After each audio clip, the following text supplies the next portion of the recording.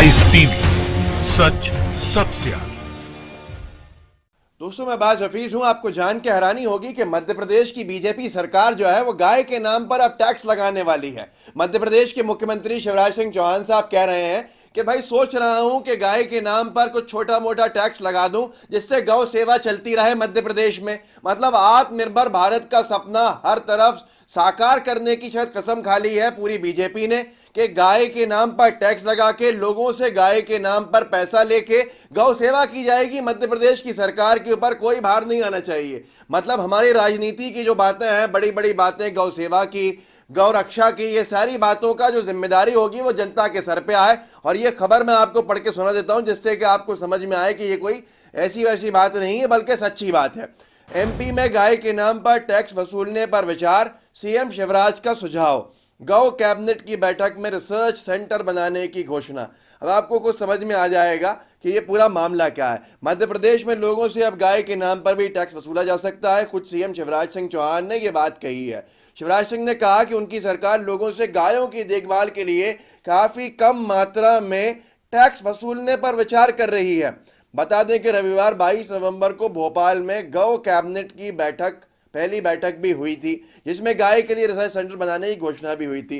अब पूरा मामला आपको समझ में आएगा। गौ कैबिनेट बनाया गया है मध्य प्रदेश में। यह पहली बार कहीं हुआ है कि गौ कैबिनेट, जो कैबिनेट के अंदर 5-6 मंत्रालय, 5-6 विभागों को जोड़ा गया है, वो इसकी देखरेख करेंगे कि मध्य प्रदेश में गौ सेवा कैसी हो सकती है। लेकिन मैं आपको पहले ही बता दूं, ये टैक्स वसूलने का एक तरीका दिख रहा है लोगों को और कुछ नहीं लग रहा। जहां एक तरफ बीजेपी कहती थी कि हम सरकार में आएंगे तो टैक्स कम करेंगे, लोगों का बहुत टैक्स का भार बढ़ गया है, अब टैक्स कम करने का समय है। ये छोटे छोटे टैक्स जो होते हैं यही जाके आपको महंगी गाड़ी को महंगा करते हैं, चीज़ों को महंगा करते हैं। जैसे मिसाल के तौर पर एक चीज़ कोई 5 रुपए की मैन्युफैक्चरर आगे बढ़ा रहा है लेकिन उस पर इतने इनडायरेक्ट टैक्सेस लग चुके हैं, डायरेक्ट टैक्सेस लग चुके हैं कि वो 5 की जगह पे 10 रुपये की हो चुकी है। आप शॉपिंग करने जा रहे हैं तो आधा पैसा आपका गवर्नमेंट को टैक्स देने में ही निकल रहा है। वो यही सारी चीजें हैं, जैसा कि ये कह रहे हैं कि अब गाय के नाम पर भी टैक्स लगा देंगे। न जाने कितनी चीजों पे ऐसे टैक्स लगा हुआ है, लेकिन ये इसके अंदर कितनी सच्ची है।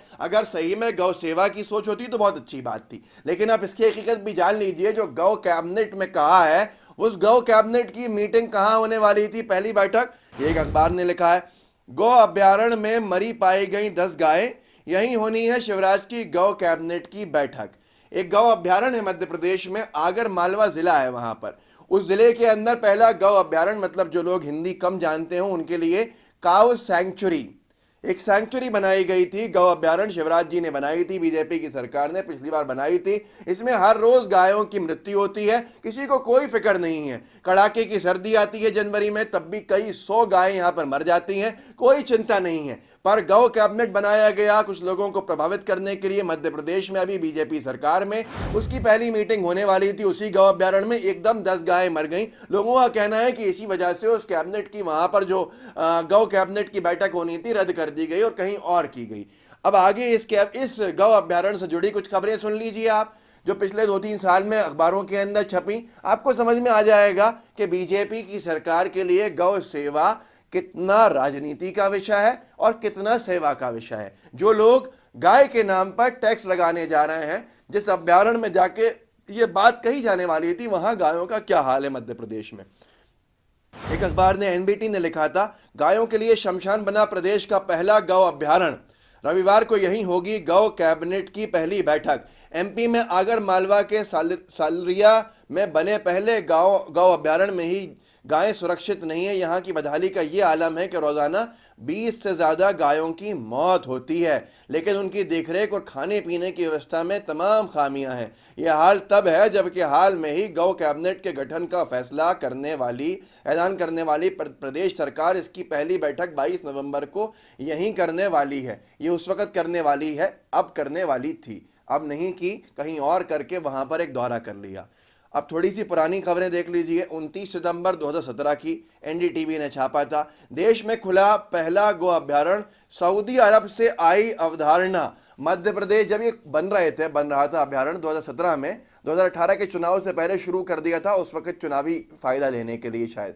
मध्य प्रदेश गौ संवर्धन बोर्ड ने उम्मीद जताई कि गौ पालन देश की अर्थव्यवस्था बदलेगी और अमेरिकी डॉलर, सऊदी अरब का दीनार, ये बेवकूफ़ी बात कर रहे हैं, दीनार सऊदी अरब का रियाल होता है वैसे, पर आप सोच सकते हैं आप ऐसी राजनीति करने वालों की जनरल नॉलेज कितनी होती है, तो हम दीनार ही पढ़ लेते हैं। सऊदी अरब का दीनार पीछे छूट जाएगा, असलियत में रियाल होता है, दीनार सऊदी अरब का नहीं होता है।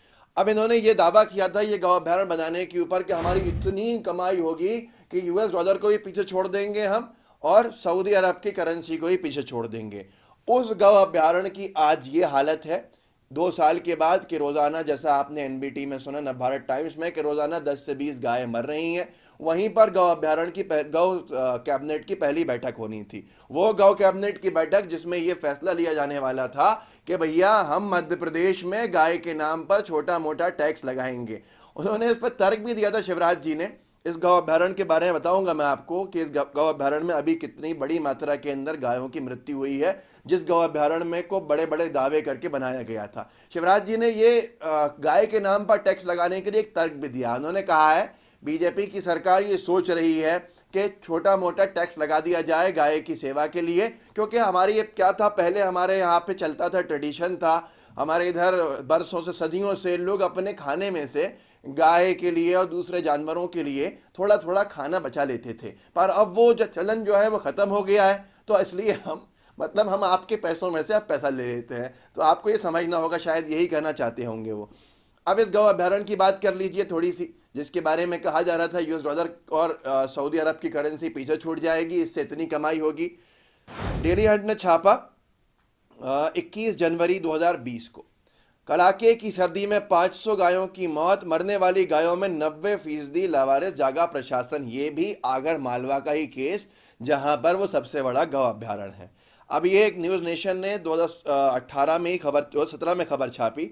मध्य प्रदेश में 28 दिन में 58 गायों की मौत, भूसे की जांच के आदेश। मतलब दुगनी हो गई थी, 28 दिन में 60 में 2 कम गायें मर चुकी थी। ये हालत है। और ये जो आगर मालवा गौ अभ्यारण्य है, यहाँ कोई नई बात नहीं है, आपने खुद ही सुन लिया। तो ऐसे हालात के अंदर ये कहा जा रहा है राजनीति करने के लिए कि गाय के नाम पर लगाएंगे टैक्स। और यही कुछ कहा था योगी आदित्यनाथ जी ने भी कुछ दिन पहले कि गौ सेवा करनी है, थोड़ा टैक्स बढ़ाना पड़ेगा, ऐसे ही कुछ बात कही थी। मुझे सही से याद नहीं है, आप सर्च कर लेंगे आपको याद आ जाएगा। लेकिन वो भी टैक्स लगाओ, गाय बचाओ टैक्स लगाओ, ऐसा कुछ नारा था जिस किसी अखबार ने छापा था। अब ऐसे ही सारी चीज़ें अगर पूरे मध्य प्रदेश के बाद भाजपा शासित राज्यों में होने लगेंगी, गाय के नाम पे टैक्स लगने लगेगा, तो आप सोच लीजिए कितना महंगा हमारे लिए हो जाएगा। उन अनभक्तों को बधाई जो गाय के नाम पे राजनीति के अंदर आ जाते थे, जो लोग सच्ची गौ सेवा नहीं करते बल्कि राजनीति करते हैं, उनके बहकावे में आके वो सारे काम कर रहे थे। अब वही लोग इनकी तनख्वाहों में से पैसे जब काटेंगे गौ सेवा के नाम पे, तो मज़ा आएगा। मेरी एक छोटी सी विनती यहाँ पर ज़रूर है बीजेपी सरकार से कि भाई जो लोग आपकी राजनीति से प्रेरित होते हैं उनके ऊपर ये डायरेक्ट या इनडायरेक्ट टैक्स लगा दीजिए गाय के नाम पर। हम जैसे लोग जो राजनीति नहीं करते गाय के नाम पर, उन पे ये टैक्स लगाने की क्या ज़रूरत है। तो ये ज़रूर सोचिएगा, फिर आपको समझ में आ जाएगा कौन सच्चा गौ सेवक है, कौन सच्चा गौ रक्षक है। जब टैक्स देना पड़ेगा, क्यों ना आप लोग जो गाय के नाम पर राजनीति करते हैं बीजेपी के साथ मिलकर, बेवकूफ़ी बनाने वाली, जो बेवकूफ़ बनाने वाली राजनीति होती है, जो कभी सच्ची गौ सेवा नहीं कर रहे होते, उनको साथ में लेकर आप सब लोग मिलकर 100-100, 200 रुपया रोज़ का दे दीजिए, पूरी गौ सेवा पूरे मध्य प्रदेश की संभल जाएगी। कथनी और करनी में अंतर है। इस वीडियो को आगे बढ़ाइएगा, लोगों को जागरूक कीजिएगा, लाइव टीवी के बेल आइकन को ज़रूर दबाइएगा। जय हिंद, जय भारत। लाइव टीवी, सच सबसे आगे।